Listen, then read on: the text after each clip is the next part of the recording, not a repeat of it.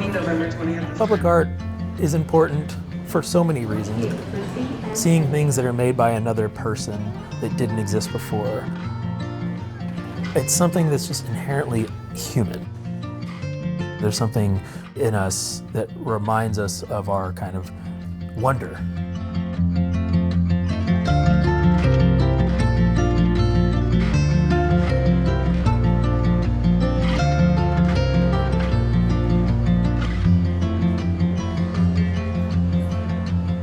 My name is Gregory. I'm the senior manager and curator for the Port of Seattle's public art program.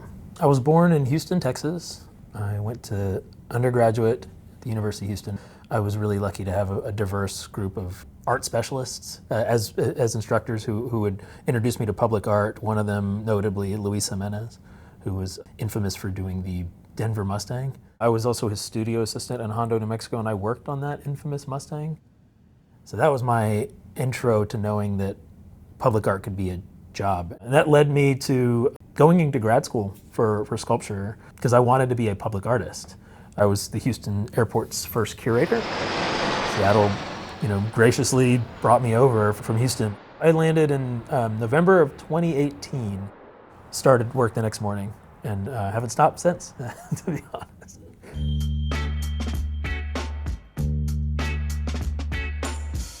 We're in the Checkpoint 1 zone right now, day 2 of installation.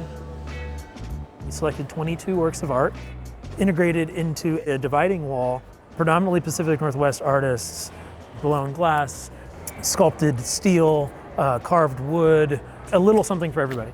I have a vision that I think is very much an homage to how it started. I think that the collection started in a smart way with the Nevelson and the Rauschenberg and the Stella, these major heavy hitters that are nationally and internationally known, mixed in with very prominent Pacific Northwest artists like James Washington Jr. and Francis Celentano. This is a collection that started very pure. They got work that looked like art. It didn't look like public art. They let artists be artists. We're at near gate A11 and the A gates, real close to the iconic Cappy Thompson. The artist we're looking at is Dan Friday.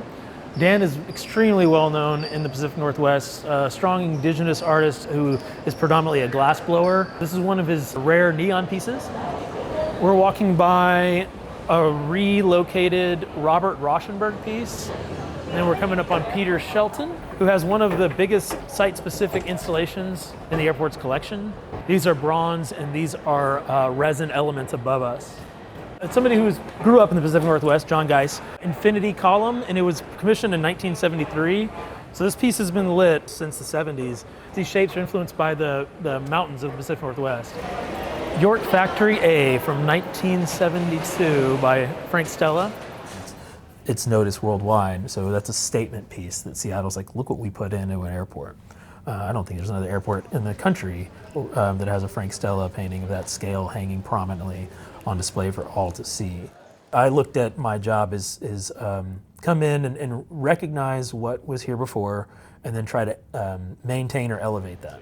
I try to start out opportunities for artists with my team that I have here at the airport. Grace Flood, Andy Arkley. That means creating more opportunities for artists to be in this legacy that has started since the 70s, but also just raise the bar.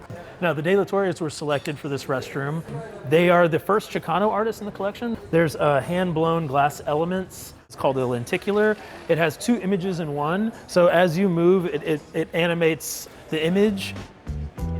What can we do that no other airport in the country or the world is doing? I think that the public feels it. People who come in here, they see things that they might see in a museum or they might see in a gallery. Everybody looks at it and they see a standard that's set here.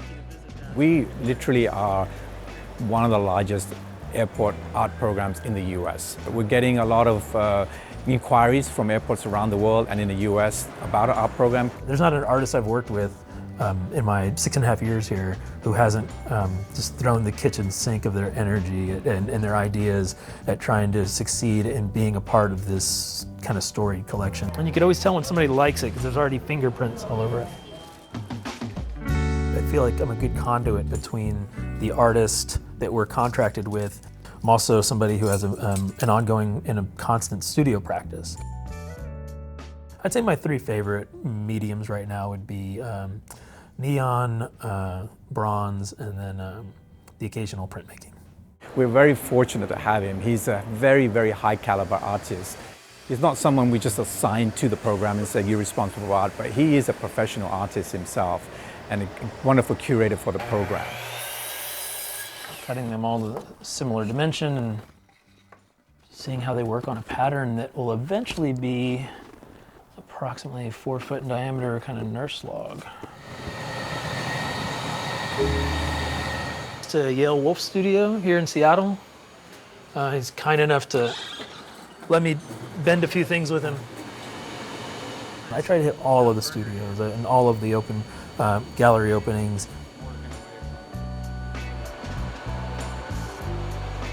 Keeping a finger on the pulse, basically, of what artists are doing in this town.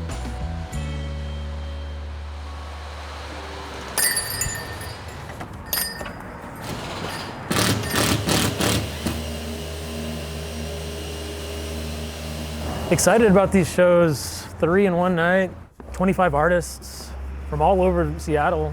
For the most part, light-based artists, and bringing light. This is my neighborhood, probably the best place I've ever lived.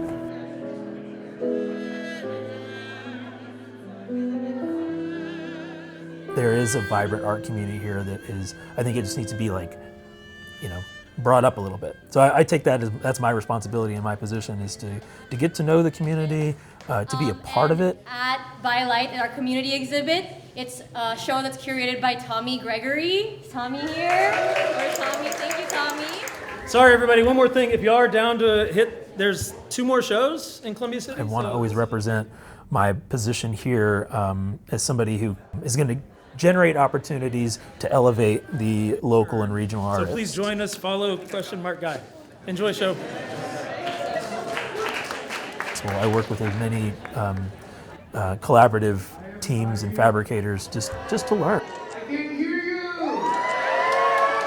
Make some noise if you love Radio Art Center! And I think me being an artist has allowed me the behind-the-scenes look into those folks who've been waiting for this opportunity for years. We've got artists who are kind of hometown heroes in a way. My hope is when people come to the airport that it's not something they could ignore. Drawing, to painting, to ceramics, to carved wood. I think that we've been so intentional with where we put things that people are going to feel the art in this airport. It's going to be undeniable. Hopefully it makes them see the world a little bit differently. It should just make you feel, not alone. You're a human being and you're traveling through a visually cultural, strong destination.